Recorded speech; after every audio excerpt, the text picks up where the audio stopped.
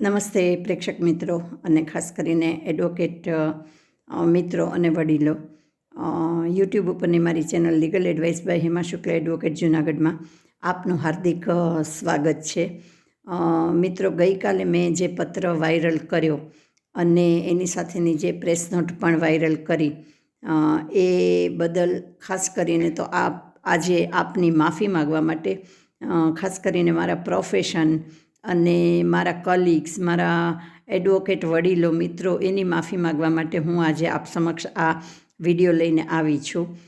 Video આપને ગમ્યો હોય તો please like, share and subscribe it.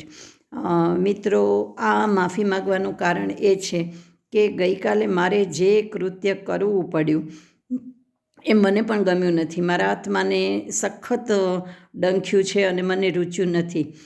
અનેક દિવસોની મથામણ, અનેક રાતોના ઉજાગરા, અનેક મનોમંથન પછી મારે ન છૂટકે આ નિર્ણય લેવો પડ્યો છે. કારણ કે જે પ્રોફેશને મારી જિંદગીના ગોલ્ડન 43 વર્ષ મને આપ્યા છે, જે ભૂમિએ મને આજે આટલી લાયક બનાવી છે, એ ભૂમિનું અને એ પ્રોફેશનનું ગૌરવ ન સાચવવા બદલ કે એને અને આપણને, આપણા પ્રોફેશનને નિર્વસ્ત્ર કરવા બદલ મને પણ સખત દુઃખ થયું છે. અને બીજા એડવોકેટ મિત્રો પણ ઘણા એવા હશે કે જેને આ નહીં જ ગમ્યું હોય અને આપણી આબરૂ આપણે પોતે લીધી એવું એને ચોક્કસ ફીલ થયું હશે. આપ સંપૂર્ણ સાચા છો આપની ફિલિંગમાં, અને મને પણ આ ફિલિંગ થઈ જ છે. પણ મિત્રો, માફ કરજો કે જ્યારે વાત હાથ બહાર જતી રહે ત્યારે અમુક ઉપાયો કરવા જ પડે. આપણી પોતાની આબરૂને હિસાબેને જોખમે પણ કરવા પડે. આપણી આબરૂને ઢાંકી રાખવા માટે આપણે સમાજને, લિટિગન્ટ્સને, એ બધાને નુકસાન કરી શકીએ નહીં, તો એ આપણો સ્વાર્થ ગણાય. મિત્રો, એક વાર્તા આપને કરું. એક વાંદરી અને એનું બચ્ચું પૂરમાં ફસાઈ ગયા હતા. પૂરના પાણી વધતા જતા હતા. એમ વાંદરીએ પહેલાં બચ્ચાને તેડી લીધું, પછી એને ખભા ઉપર રાખ્યું, પછી એને માથા ઉપર રાખ્યું. પણ વાંદરીના પણ નાકની ઉપર જ્યારે પાણી જવા માંડ્યું ત્યારે એણે બચ્ચાને નીચે મૂકી દીધું અને પોતે બચ્ચાની ઉપર ઊભી રહી ગઈ કે એટલી હાઇટ વધે અને પોતે બચી શકે એટલા માટે. એની કેવી મજબૂરી હશે કે એણે માતૃત્વને પણ નેવે મૂકવું પડ્યું જ્યારે જીવ સટોસટની લડાઈ હતી ત્યારે. આવી લડાઈ ગઈકાલે પણ મારા માટે હતી. વર્ષોથી આ બધું જોયા કરતા હતા, સહન કરતા હતા, સાંભળતા હતા. ઓફકોર્સ મારે અંગત રીતે આમાંનું કંઈ સહન કરવું પડ્યું નથી અને મારે એવા બહુ પ્રસંગોએ આવ્યા નથી અને સહન કરવું એ મારો મિજાજ પણ નથી. એટલે અને મારા કામો મારી રીતે મને કરાવી લેતા આવડે જ છે. એટલે પણ જ્યારે વાત હદથી વધારે ગઈ, પાણી નાકથી ઉપર જવા માંડ્યું, ત્યારે મારા બચ્ચાને, મારા પ્રોફેશનને, મારા લિટિગન્ટ્સને, એને પણ નીચે રાખી અને મારે સ્વબચાવ કરવા માટે આ પગલું ભરવું પડ્યું. મિત્રો, વકીલાત સુધી અનૈતિકતા, અપ્રમાણિકતા એ પણ ઠીક છે, ચલાવી લીધી. પણ પછી જ્યારે એનું ક્ષેત્ર હદ બાર વધવા માંડ્યું, મકાનો ખાલી કરાવવા, મિલકતો ખાલી કરાવવી, ધાક ધમકીઓ આપવી, ફંડ ફાળા અને ભાગવત સપ્તાહ જેવાના ફંડ ફાળા ઉઘરાવવા માટે પણ ધમકીથી બ્લેકમેલિંગ કરવા, આ બધા પ્રોફેશનની બહારના પણ જ્યારે કરતૂતોને દાદાગીરી વધતી ગઈ ત્યારે એમ લાગ્યું કે હવે કંઈક ઉપાય અનિવાર્ય છે. અને આપણા ધંધાની સારી નરસી બધી બાબતો આપણે જ જાણતા હોઈએ. કોમન પબ્લિકને તો બિચારીને આ કંઈ ખબર પડવાની નથી. એટલે એ આપણે જ ઉઘાડું પણ આપણે જ પાડવું પડે અને ઢાંકવું પણ આપણે જ પડે. અને અમુક તબક્કે એવું થાય કે એ ઢાંકવું એ પણ એક ગુનો કહેવાય. મૌન પણ સંમતિ કહેવાય કે મૌન પણ અપરાધ કહેવાય. અને એટલા માટે મારે ગઈકાલનું જે ડિસિઝન છે એ લેવું પડ્યું. બીજું એક ખાસ કારણ એ છે મિત્રો કે સરકાર અને સરકારી વકીલો બંને એ તદ્દન ભૂલી ગયા હતા કે એ ભોગ બનનાર ફરિયાદીને ફ્રી ઓફ ન્યાય મળી શકે એટલા માટે આ આખી સિસ્ટમની રચના કરવામાં આવી હતી. એને બદલે આપણે આપણા પવિત્ર કહેવાતા પ્રોફેશનને પણ સરકારે, શાસક પક્ષે સરકારી વકીલોના ખભે બંદૂક મૂકી અને પૈસા કમાણીનું એક જરિયો બનાવી દીધો હતો, એક સાધન બનાવી દીધું હતું. અને એનો ભોગ સતત ને સતત આપણે અને માત્ર આપણે જ બનતા જતા હતા. અને આપણે આ પાપના ભાગીદાર જાણે અજાણે પણ બનતા જતા હતા. અને આમાં ફરિયાદીનું તો કોઈ અસ્તિત્વ જ રહે એવું કંઈ હતું નહીં. વકીલોની મજબૂરી છે અને હતી અને હશે ભવિષ્યમાં પણ, કે એના અસીલોના હિતમાં એને ગમે તે કરવું પડે અને એ ગમે તે દાદાગીરી સહન કરવા, કરપ્શન આપવા, આવા પાપના ભાગીદાર બનવા એ પોતાના ક્લાયન્ટ માટે પણ તૈયાર થાય. એટલે તો અને એ બંને પક્ષ જાણી ગયા હતા, સરકાર, શાસક પક્ષ અને આવું કરનાર, અને એટલે આટલા વર્ષ સુધી ચાલ્યું. પણ હવે એને સહન કરવું બહુ આકરું થઈ પડ્યું હતું. હવે પ્રજા તો ઠીક, પણ આપણા જેવો બુદ્ધિજીવી વર્ગ પણ લાચાર અને ફરજિયાત મૌન બની અને બેઠી રહી હતી. અને એને સરકાર અને શાસક પક્ષ આપણી મૂર્ખતા અને મજબૂરી માની અને બેઠી રહી હતી. એનો એક સ્પષ્ટ ઉદાહરણ એ છે કે 2018માં આ નિમણૂક થઈ. 2021 સુધીની એ નિમણૂક હતી 3 વર્ષ માટેની, અને 2021થી આજ સુધી એક પણ એડવર્ટાઇઝમેન્ટ આ પોસ્ટ માટે થઈ નથી કે થવા દીધી નથી. અને ત્યારથી એક્સટેન્શન વગેરે જ ચાલુ રહ્યા છે, જે હજી બોલવા બોલાત નહીં તો મને એમ લાગે છે કે કદાચ આજીવન ચાલુ રહે.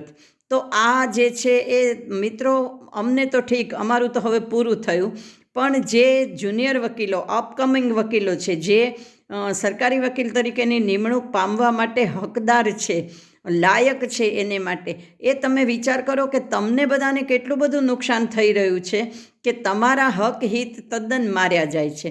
અને તમારી આ લાયકાત નથી, તમારી નૈતિકતા, તમારી પ્રમાણિકતા, તમારી હોશિયારી એ જ તમારી મોટામાં મોટી ગેરલાયકાત છે, કે જેને લીધે તમને આ પોસ્ટ અને આ પોઝિશન મળી શકતી નથી. એ હદે મેક્સિમમ નુકસાન જો કોઈને થયું હોય તો એ જુનિયર વકીલોને અને આને માટે પાત્રતા ધરાવતા વકીલોને થયું છે. પણ એ લોકો લાચાર છે, બોલી શકે એમ નથી, હિંમત ધરાવતા નથી અને જખ મારીને બેસી ગયેલા છે. તો આ જે કંઈ કરવું પડ્યું છે એ મારા અંગત માટે નથી કરવું પડ્યું, પણ સમગ્ર અસીલો અને વકીલોના હિતમાં અને સમાજના પણ હિતમાં કરવું પડ્યું છે. અને જે ન છૂટકે ખૂબ જ કરવું પડ્યું છે. પછીની બાબત એ છે મિત્રો, કે સૌથી વિચિત્ર બાબત એ છે આ પ્રોફેશનની, આ પદની, આપણી એ બધાની, કે હાઈકોર્ટ પાસે ફરિયાદ કરીએ, કંઈ પણ કમ્પ્લેન કરીએ ત્યારે હાઈકોર્ટ એડવોકેટના સોગંદનામા માગે અને પાછું નીચે એમ લખે કે ખોટું સોગંદનામું કરવું એ ગુનો છે, એ આપ જાણતા હશો. અરે ભાઈ, એડવોકેટના પ્રોફેશનમાં અમે છીએ, આટલા સિનિયર છીએ, અમને ખબર જ હોય કે ખોટા સોગંદનામા કરવા એ ગુનો છે. તમારે અમને આટલા વર્ષે કાયદો શીખવવાની જરૂર નથી. એ જ રીતે બાર કાઉન્સિલમાં જ્યારે કમ્પ્લેન કરવા જઈએ કોઈ પણ બાબતની, કોઈ પણ એડવોકેટ સામેની, ત્યારે બાર કાઉન્સિલ પુરાવા માગે અને પ્લસ ફી માગે આવા લીગલ એક્શન લેવાની. તો તમે વિચાર તો કરો કે આ એક કેટલી બેહુદી વાત છે બંને પક્ષે. કે મારી પાસે તો જ્યારે માગ્યું ત્યારે મેં ના જ પાડી દીધી છે કે મારા લેટર પેડ ઉપર હું કમ્પ્લેન કરું છું, એ જ સૌથી મોટો પુરાવો છે. અને મને ખબર જ છે, તમારે મારી વાતમાં વિશ્વાસ રાખવો હોય તો રાખો અને ન રાખવો હોય તો આ ગંદવાડ ચાલવા દો, એમાં મારા પિતાશ્રીનું કોઈ નુકસાન નથી. પણ સોગંદનામું તો હું લાખ વાતે નહીં જ આપું. તમારે મારી વાત માનવી હોય તો માનો, ન માનવી હોય તો કાંઈ નહીં. આવું સ્પષ્ટપણે અનેકવાર મેં હાઈકોર્ટને પણ લેખિતમાં આપી દીધેલું છે. બાર કાઉન્સિલમાં તો જવાની મારે હજી સુધી બહુ જરૂર નથી પડી, પણ એમાં પણ જે ફી ભરવાની એડવોકેટની સામેની કમ્પ્લેનમાં જે વાત છે એ તદ્દન ખોટી આખી સિસ્ટમ છે. અને એની સામે પણ અવાજ ઉઠાવવો મિત્રો હવે તમારે જરૂરી જ છે ને. હવે જે કંઈ કરવાનું છે એ ખાસ કરીને જુનિયર અને અપકમિંગ એડવોકેટોએ કરવાનું છે. અમે તમારા વતી આ બધું ક્યાં સુધી કર્યા કરશું. પછીની વાત એ છે કે આપણે આવા લોકોનું કંઈ બગાડી ન શકીએ તો કંઈ નહીં, કારણ કે આપણને ખબર છે કે એ બધી મેં ગઈકાલે કહ્યું એમ કે સોનાના ઈંડા આપતી મરઘીની વાત છે, અને એટલે કદાચ આપણે ન બગાડી શકીએ, પણ કમસે કમ આપણે ખુલ્લું તો પાડી જ શકીએ. એટલે કે લોકોને ખબર પડે કે ક્યાં શું કેવી રીતે ચાલી રહ્યું છે અને એમની સાથે પણ શું બની રહ્યું છે. એટલે ઉઘાડું પાડો ને તો પણ ઘણું પરિણામ મળે કે ન મળે. ગીતામાં ભગવાને કહ્યું છે કે કર્મણીએ વાધિકારસ્તે મા ફલેશું કદાચન. મને પણ પરિણામ મળશે કે નહીં મળે એનો કોઈ જ તમા નથી, કોઈ પરવા નથી, પણ હું માત્ર આ આખા સ્કેન્ડલ્સ ઉઘાડા પાડી શકી આવા વ્યક્તિઓને અને એની નિમણૂક આપનારને એનો મને ચોક્કસ સંતોષ અને આનંદ રહેશે જ. એટલે કે અને આપણી ક્રેડિબિલિટી, આપણી રિલાયબિલિટી એટલી બધી હદે હોવી જોઈએ. અનેક મેટરમાં મેં કેટલીય વખત ભાઈને ઊભા થઈને એમ કહી દેતા સાંભળ્યા છે કે વી હેવ નો કેસ. એટલે અને ત્યારે જસ્ટિસ પંડ્યા સાહેબ હતા અહીંયા ડિસ્ટ્રિક્ટ જજ તરીકે. મારી વકીલાતની સાવ શરૂઆત હતી ને એમણે મારી સામે જોઈને મને હસી અને મને કહ્યું હતું કે આ ખાનદાની જોઈએ અને આનું નામ વકીલાત કહેવાય. એટલે અમે એ હાથમાં ઉછર્યા છીએ ને એ હાથમાં અમારી વકીલાત ઉછરી છે. વર્ષો સુધી મેં જોયું છે કે મુરબ્બીભાઈ, દિવ્યકાંત કાકાને, પ્રભુભાઈ દિવસો સુધી સોમવારથી નવી સેશન્સ શરૂ થાય, સેશન્સો સાથે લડતા હોય અને બાર એસોસિએશનમાં આવીને પાછા સાથે ચા પીતા હોય, શનિ રવિમાં સાથે પિક્ચર જોવા જતા હોય અને તેમ છતાં પણ કોઈની તાકાત નહોતી કે 3માંથી કોઈ સામે ફરિયાદ પક્ષના વકીલ કે તોમતદારના વકીલ સામે આંગળી ઊંચી કરે કે અહીંયા તમે ફૂટી ગયા છો, કે તમે 12-1 છો ને તમે અપ્રમાણિક થયા છો કે પૈસા લીધા છો. તો મિત્રો, આ આપણી વકીલાતનું એક સ્ટાન્ડર્ડ હોવું જોઈએ અને જે ન રહ્યું હોય તો પછી એને ખુલ્લું કરવું એ પણ એટલીસ્ટ આપણી ફરજમાં બને એટલું પણ આપણું સ્ટાન્ડર્ડ અને નૈતિકતા હોવી જ જોઈએ. અને એ નથી જળવાય એનું પરિણામ પણ મિત્રો આપણે જ ભોગવી રહ્યા છીએ કે આપણે જાણીએ છીએ કે દિવસે દિવસે લોકોને ન્યાયતંત્રમાંથી અને જે લિટિગેશનમાંથી, કોર્ટમાંથી, એમાંથી વિશ્વાસ ઉઠી જતો જાય છે. લિટિગેશન ડે બાય ડે ઓછું થતું જાય છે અને ગુનો અને ગુનેગારોનું પ્રમાણ દિવસે દિવસે વધતું જાય છે. નવા આવેલા એડવોકેટ માટે વકીલાતની પ્રેક્ટિસમાંથી ઘર ચલાવવું બહુ મુશ્કેલ થઈ જાય એવી આપણા પ્રોફેશનની સ્થિતિ આપણે પોતે લાવીને મૂકી દીધી છે અને એનું કારણ આપણે અને માત્ર આપણે જ છીએ, જે હવે આપણે જ સુધારવું પડશે. એટલે બીજું, જાહેરાત બહાર પાડવી અનિવાર્ય નથી કે જાહેરાત બહાર ન પડે ત્યાં સુધી આવા ઇવિલ તત્વોને વેંઢારવા એ પણ બિલકુલ જરૂરી નથી. કોઈ નહોતું ત્યારે દુનિયા ચાલતી હતી ને નહીં હોય ત્યારે ચાલવાનું છે. છૂટા કરી દેવામાં આવશે એનાથી કાંઈ ન્યાયતંત્ર કે કોર્ટો બંધ થઈ જવાની નથી. ત્યાં સુધી જે ઇન્ચાર્જ હોય, નેક્સ્ટ હોય, એના થકી પણ સરકારના કેસો ચાલી જ શકે છે અને ચાલતા જ હોય છે. એટલે નવી જાહેરાત બહાર ન પડે ત્યાં સુધી આવા તત્વોને વેંઢારવા અને નવી જાહેરાત ઈરાદાપૂર્વક મિલીભગતથી બહાર ન જ પાડવી. તો મિત્રો, તમને વિચાર નથી આવતો કે આ કેટલું બધું, અને આ ક્યારે આનો અંત આવશે, કે આ કેટલું બધું તમે ભોગવી રહ્યા છો, કે તમારા હક ઉપર અને હિત ઉપર કેટલી મોટી તરાપ પડી રહી છે. આમાં મારો અંગત રીતે શું સ્વાર્થ છે, કે મારે શું ગુમાવવાનું છે? હું 67 વર્ષની થઈ છું. હું હવે સરકારી વકીલ માટે એલિજિબલ નથી કે મારે કેસ મળે કે ન મળે, કે તોમતદાર નિર્દોષ છૂટી જાય, કે વાદીનો દાવો મંજૂર થાય, કે એવો કોઈ પેલો નથી. પણ તમે કે જેનું વકીલાતમાંથી જ જેનું પૂરું થવાનું છે, એ કેવી રીતે સર્વાઈવ થશો જો લિટિગેશન જ બંધ થતું જશે તો? અને આમાં લિટિગેશન ચાલે પણ કેવી રીતે? ફીના પૈસા ઉપરાંત જો અપ્રમાણિકતા અને લાંચના આટલા બધા પૈસા આપવાના રહેતા હોય તો એ કોને કેવી રીતે કોઈ પણ લિટિગેશન પોસાય? અને આપણા ધંધાના દૂષણો, ખરાબી, એ પણ વિશિષ્ટતા, એ બધું આપણે પોતે જ જાણતા હોઈએ. કોમન માણસને તો આ કંઈ ખબર પડવાની જ નથી કે લશ્કર ક્યાં લડે છે, અને એટલે એને ઢાંકવું પણ આપણે જ પડે, એમ એને ઉઘાડવું પણ આપણે જ પડે. અને આ માત્ર એક ડિપાર્ટમેન્ટ પૂરતી વાત નહોતી રહી. હવે છેલ્લા 2008થી ધીમે ધીમે આ 6 વર્ષના સમયગાળામાં આ સમગ્ર home department, legal department, forest department, revenue, શહેરી વિકાસ બધા જ ખાતાઓમાં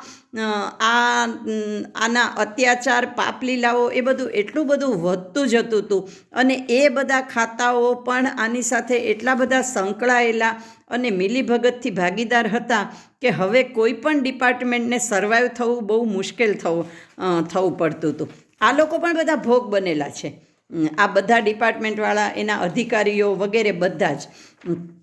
મિત્રો, કલેક્ટરમાં, રેવન્યુના એક પણ કામ ન થાય, પોલીસમાં એક પણ FIRO ન નોંધાય, છડેચોક ધાકધમકી અપાય અને એ રીતે પરિણામો મેળવાય. તો આ હદે આપણે આપણા પ્રોફેશનને લાવીને મૂકી દીધો હતો અને આ બધા માટે થઈ અને આ કરવું જરૂરી બન્યું હતું. એક પણ સરકારી ખાતું કે અધિકારી કોઈ ચોખ્ખા અને પ્રમાણિક તો નથી જ, પણ એ બધા જ જે ભ્રષ્ટાચાર ફાલવા ફૂલવાના કારણો છે એ આપણે જ છે અને પછી પરિણામ પણ આપણે જ ભોગવવું પડે. આપણે દુષ્કર્મ કરીએ અને કોઈ બીજું પરિણામ ભોગવે એવું તો ક્યારેય થાય જ નહીં. ગીતાજીનો કર્મનો સિદ્ધાંત અહીંયા આપણને પણ લાગુ પડે જ. આપણો સ્વાર્થ, આપણો ડર, આપણું મૌન, આપણે શું નિસ્વાર્થી મેન્ટાલિટી, આ બધું જે છે એ આપણને આ હદે લાવીને મૂકી દીધા છે અને પરિણામે આપણો પ્રોફેશન ડે બાય ડે નીચો થતો જાય છે અને આપણી કિંમત પણ સમાજમાં રહી નથી. તો આ બધા માટે થઈ અને આ મારે ન છૂટકે ઉપાય કરવો પડ્યો છે. કોઈને પણ ન લાગ્યું હોય, ન યોગ્ય લાગ્યું હોય, સિનિયર્સને કદાચ દુઃખ થયું હોય કે મારા તરફથી પણ કંઈ ક્ષતિ થઈ હોય કે વધારે પડતું થયું હોય તો હું આ તબક્કે આપની માફી માગું છું. પણ એક વાત રેસ્ટ અશ્યોર કે આમાં મારી પોતાનો અંગત કોઈ હિત કે કોઈ સ્વાર્થ નથી.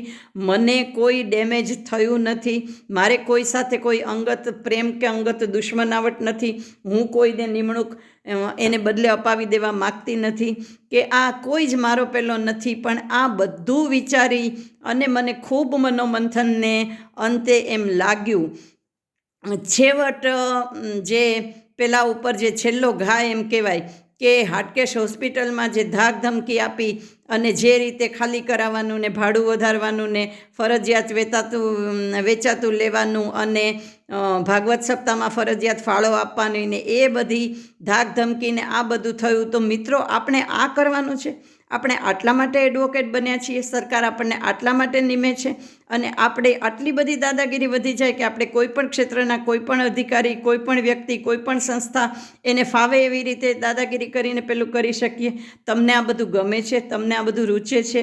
આપણા પવિત્ર કહેવાતા પ્રોફેશનને આ બધું શોભાસ્પદ છે અને આ બધા અત્યંત મનોમંથનને પરિણામે એક હું કન્ક્લુઝન ઉપર આવી અને અંતે છેવટે મારે આ નિર્ણય લેવો પડ્યો છે. છતાં આપને ન રૂચ્યું હોય તો હું આપની બધાની અને મારા કોર્ટ બિલ્ડિંગની અને એની ભૂમિની પણ માફી માગું છું.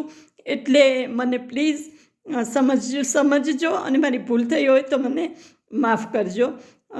આપ આ અંગે કંઈ પણ શેરિંગ કરવા માગતા હો કે કંઈ પણ પેલું કરવા માગતા હો તો ચોક્કસપણે મારો મોબાઈલ નંબર છે 9428014823 9428140823. આપ મારી સાથે આપના પ્રોબ્લેમ્સ કે આપના માહિતી વગેરે શેર કરી શકો છો. તે તદ્દન ગુપ્ત રાખવામાં આવશે. એક હજી કહું છું મિત્રો કે સફળ એડવોકેટ બનવું હોય, સારા માણસ બનવું હોય તો ડરો નહીં, મૌન ન રહો. આવા તત્વોને પહોંચી ન વળો તો કમસે કમ ખુલ્લા પાડો અને તમારા ધંધાને, વ્યવસાયને પૂરતા પ્રમાણિક લઈ અને આદર સાથે એ કરો. પૈસો એક વાત છે અને જોબ સેટિસ્ફેક્શન અને તમારા આત્માનું સેટિસ્ફેક્શન એ આખી જુદી વાત છે અને એ મેળવશો તો આ 1400 હેમાં જ છે. મને કંઈ મારી ઉપર હીરા નથી ટાંક્યા કે મને કોઈ એવી વિશિષ્ટ રીતે પેલી નથી થઈ, પણ તમે પણ આ બની જ શકો છો ને બનો એવી મારી અપેક્ષા અને શુભેચ્છા છે. મિત્રો, ગમ્યું હોય તો please like, share and subscribe it also. ફરીથી મળીશું. Sorry for everything. Thank you very much. જય હાટકેશ.